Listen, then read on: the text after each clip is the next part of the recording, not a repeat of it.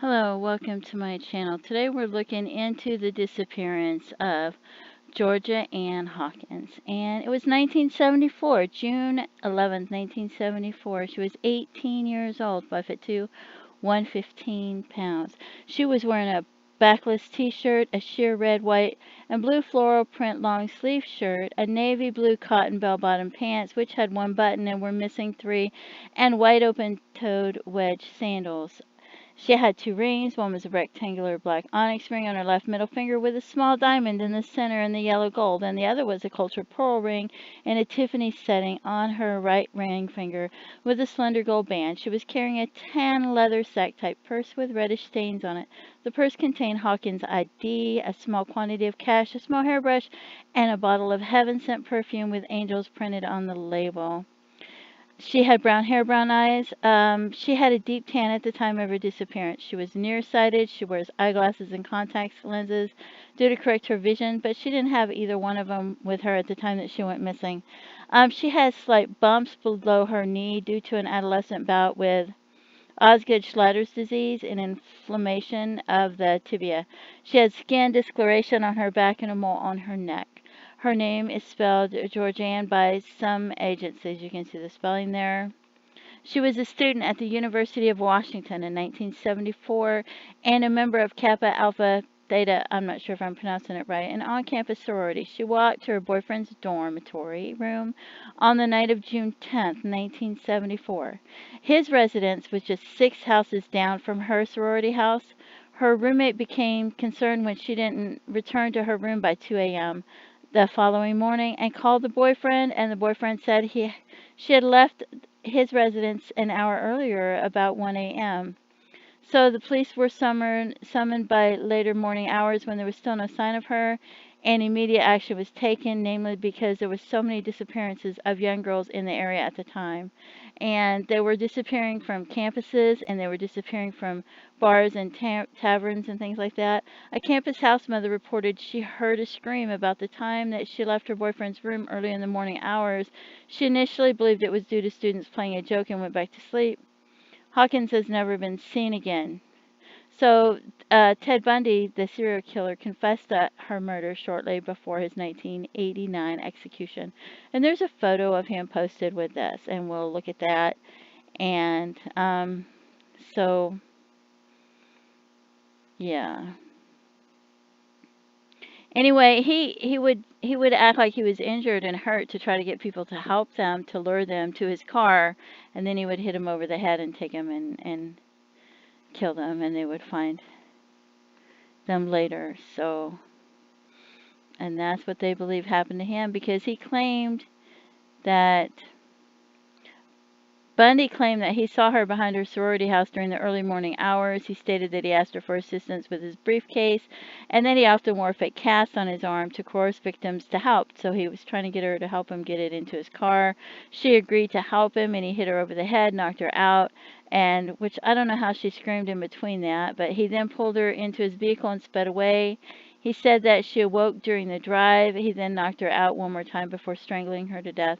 He claims that one of her bones had been discovered on September 6, 1974, approximately 2 miles from Lake Sammamish State Park in Washington, and he stated that her remains were never identified. Other victims, and it talks about there's the list of some of the other victims that are still missing persons. So, yeah, there's a few of them. And here's some pictures of her. She was so beautiful. So beautiful. And I tried to look for her on the Doe Network, and the closest person I could find was 2 years later. And she was about the right height, the same weight, same age, but it was 2 years later. But she had like blondish roots, and she was in California. So, and obviously it wasn't her, but that was, I couldn't find anybody. And that was, like I said, the closest thing I could find. So, and she had bell-bottom pants on too. So, but yeah. So this young lady died too. She died in, it was almost 2 years. A couple more months, it would have been 2 years later. So, And it says she was most likely around 20 years old, so she was the right age, the right height, the right weight for it being 2 years later. So, except the roots of her hair wasn't the right color. But like I said, I just was trying to find somebody in the Jane Doe network. But here it talks about her. There's a Wikipedia page that talks about her being a college student that disappeared from her sorority, and that serial killer Ted Bundy confessed to her abduction and murder shortly before his execution. And he claimed that partial skeletal remains belonging to her from one of his many crime scenes were recovered. And sections of Hawkins' body he had not buried were recovered in Issaquah alongside the bodies of 2 other victims he had murdered. Bundy's statement regarding the identity of partial skeletal remains belonging to those have never been confirmed, although she's presumed dead. She's still officially listed as a missing person, and no public records indicate she's been declared legally dead. So beautiful. And it talks about her childhood and her family and her father and her mother and who they were. So it says that she was reported, she was spirited, vivacious, she was outgoing, she was a wiggle worm, and that those were documented by her report cards, and that she was adored by peers, and her mother dubbed her as a Pied Piper. She had quite a following, but she was not the kind of person who stuck to one group or clique. She had friends among everybody, older than her and younger than her, and she was very self-confident, but she wasn't vain. She wasn't arrogant, and she wasn't snobby, and people just loved her. And then it talks about her having that Osgood-Schlatter disease, which left small bumps just below her, I think it was her knees. She was a star athlete. She swam throughout grade school. She won numerous medals. She was a cheerleader. She was 4 years of a cheerleader. She was an honor student. She got straight A's in high school, and I believe in college as well. It talks about her being a daffodil princess and getting her name in the newspaper and writing in parades and signing autographs. Talks about her older sister who had moved 120 miles away from home to go to college, and her mother didn't want her younger daughter to go so far away from college, so she agreed not to. And so, which is very sad, because she was so close and they got to see her, but then she disappeared and was killed. Yeah, it says she got straight A's. Well, you can pause this and read it if you want to. I'm just skimming it. I don't want to read the whole thing. She had a summer job she was about to start. So she had one more final, and then she was going to be gone, and then she was going home. So she had her one last final, and then she'd be going home to her parents and everything. So it says on June 10th, Hawkins went with a sorority sister to a party. They had a few mixed drinks. She didn't stay too long because she had to study for her Spanish finals, for which she had earlier expressed worry to her mother. Before leaving the party, she told her sister she was going to the Beta, her sorority sister, she was going to the Beta, I don't know how to pronounce that, Beta Theta Pi house to both say goodnight to her boyfriend and pick up some revision notes from him. So she went to see her boyfriend, and then she left his house. His fraternity house was just six sorority houses down from hers. So she left there about midnight 30 on June 11th. She's known to have remained in the company of her boyfriend for approximately half an hour. After getting the Spanish notes and saying goodnight, she exited the fraternity house for the short walk to her sorority, and one of the betas, Dwayne Covey, heard the back door slam shut and stuck his head out the window and recognized her and called out to her and to talk to her for a couple of minutes. And then she talked about the upcoming Spanish exam. She had to walk home, and she yelled adios, and she was last seen wearing navy blue cotton bell-bottom pants, which had one button and it was missing three, and the waistline is probably just her one of her favorite pairs of pants. You know how that is. The bell-bottoms she loved, even though it was missing three buttons, she was still wearing them. So she had a backless, and it about her clothes and her jewelry and what she was carrying and the contents of it and everything. So, and she had just trimmed her hair, and so it was mid back length, and she went missing. And she had spent a great deal of time laying in the sun, so she'd just gotten a tan. And so that's just so sad because she just had her one last final and she was going to be off going home. Then it talks about other girls that went missing at the time because she went missing June 10th, June 11th. It was, the night of June 10th, so just crossing into June 11th. So it talks about the months prior. They had a girl February 1st. They had Linda Ann Healy disappeared from her basement room in Seattle, Washington. I mean, how do you go missing from your room?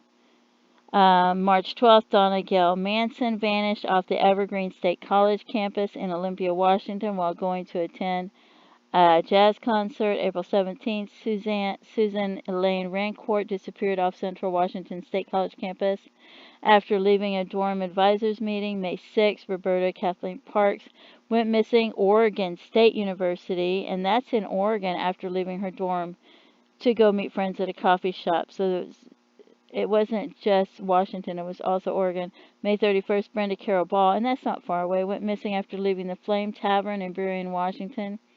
The disappearance baffled law enforcement officials, and many questions began to arise concerning the connections between the cases. There were many similarities because the girls, they shared basic similar physical characteristics. They were young, they were attractive, they were slender, they were Caucasian, they had long hair that was parted in the middle. They were all considered to be more of average intelligent with some sort of gifted talent and came from stable backgrounds. During the time of their disappearance, they were all reported to have been wearing slacks and vanished in the hours of darkness within a week of a midterm or final at a local college or university. Strangely enough, there was also construction work being done on each girl's respective campus when she disappeared. And that is odd. That is odd. It just, I don't know. Something about that I find unsettling. And then Linda Ann Healy's case, it says, was the only one with physical evidence, as there was a blood-stained mattress and a nightgown. The time of Donna Gail Manson's last whereabouts was difficult to construct because she wasn't reported for missing for 6 days because she liked to hitchhike and go places, so they weren't worried about her right away. And then Manson was also depressed at the time of her disappearance. Susan Rancourt was physically different from Linda Ann Healy and Donna Manson in that she had blonde hair that was just past her shoulder, in contrast to Healy, who had waist-length chestnut-colored hair, and Manson, who had long dark brown hair down. So they weren't exactly the same colored hair. So it wasn't like somebody had a photo of somebody was looking for somebody that fit that photo. Captain, how you have somebody in your mind that somebody reminds you of.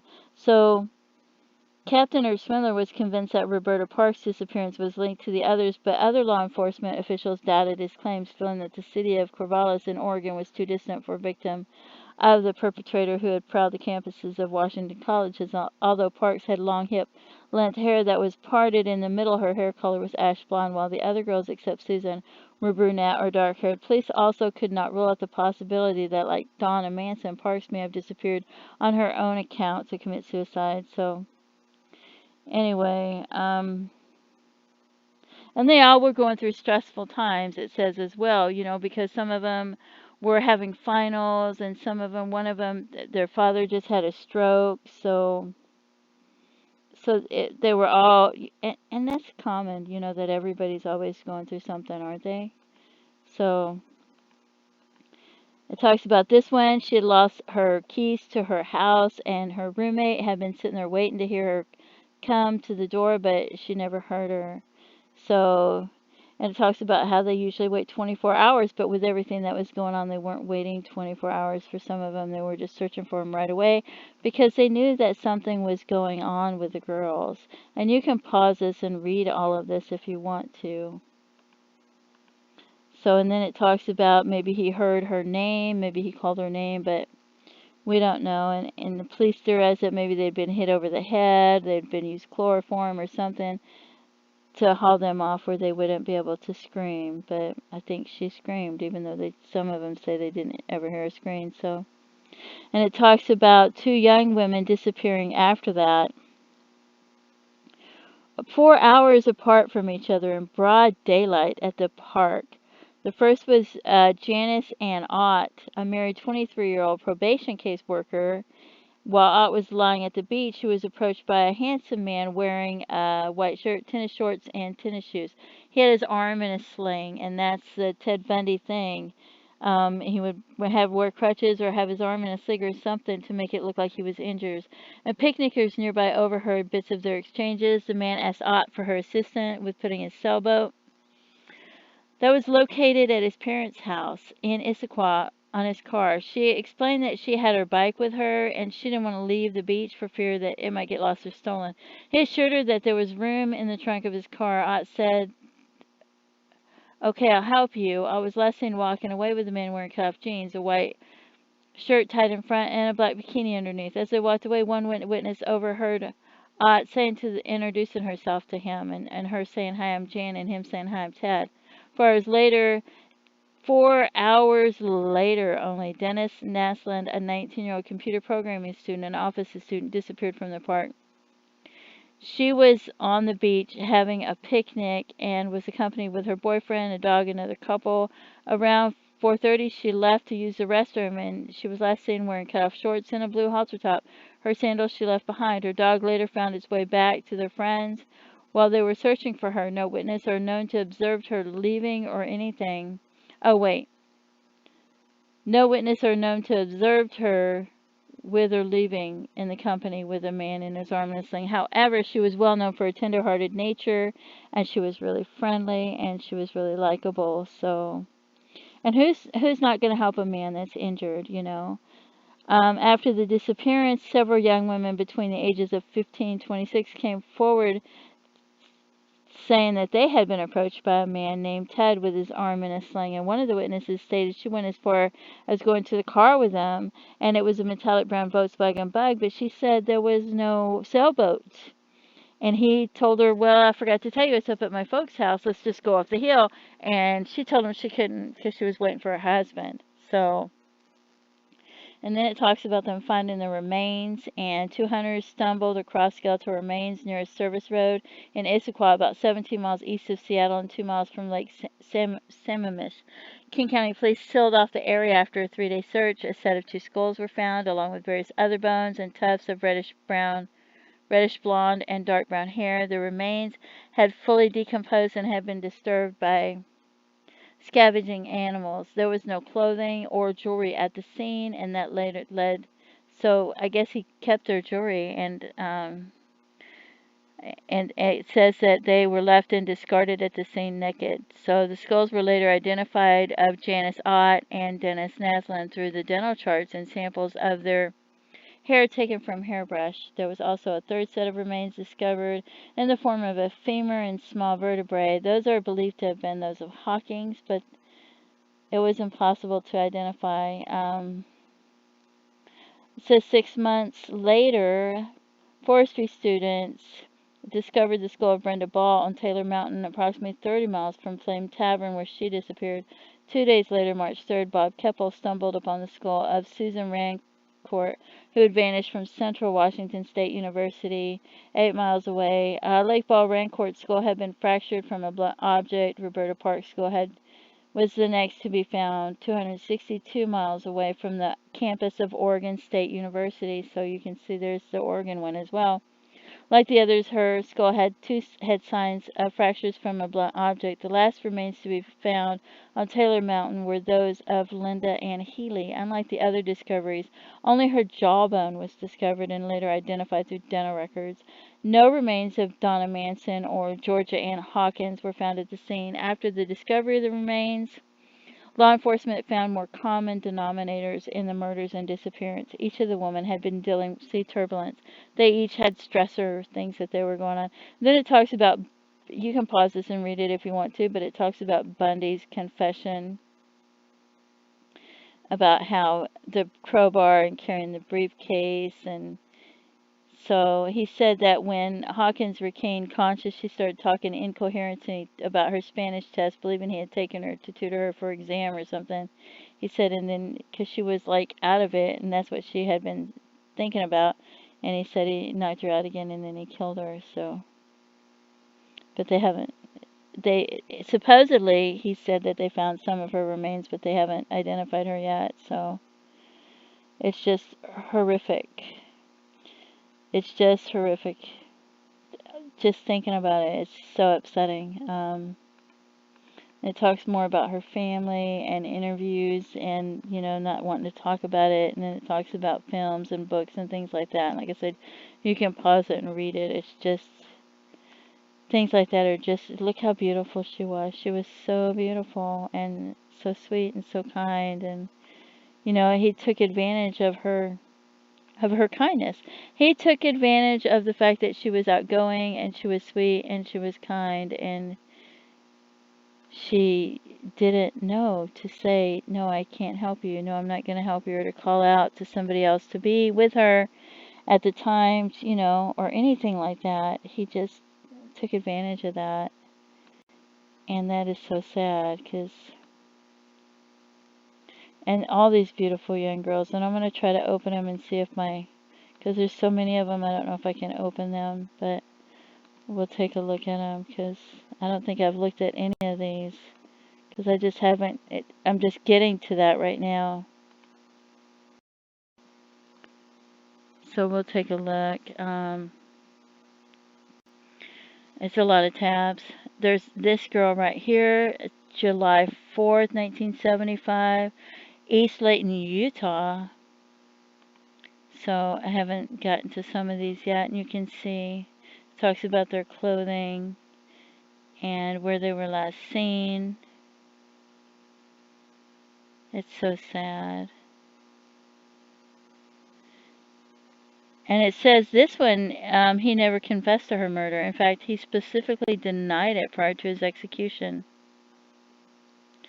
And although it says her abduction doesn't fit the profile of the other crimes, he never drove a truck, and Baird was only the possible victim of that was abducted from a gas station. So she may not be one of his victims, because he denies killing her. So it's interesting that she's all the way in Utah, so I don't know why her name's on there. And this one's Tacoma, Washington. Oh my goodness, 8 years old.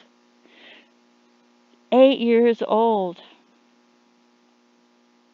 She shared a bedroom with her 3-year-old sister, had a broken arm at the time. In the middle of the night, she brought her sister to the parents' room because the younger sister's cast was bothering her. She was crying. The parents told him to go back to bed. Anne Marie has never been seen from again. Her mother got up at 5:30 a.m., discovered her daughter was missing. There was a small living room window that was open a few inches. I don't understand. So he came in and took her. There was a ransom threat. I don't understand why they think he did it. Oh, he lived only a few blocks away from her, and he knew her. So he was only 14 years old when she disappeared. He wasn't considered a suspect till his killings came to light 15 years later. He always denied involvement in her abduction as well. So I don't know if they just think he's lying or what. So some of them he admitted to, and some of them he denied, but even though he denied it, they have him linked to him. So I don't know why I don't understand. And I don't know if he admitted this one or if he denied it or why they have it. So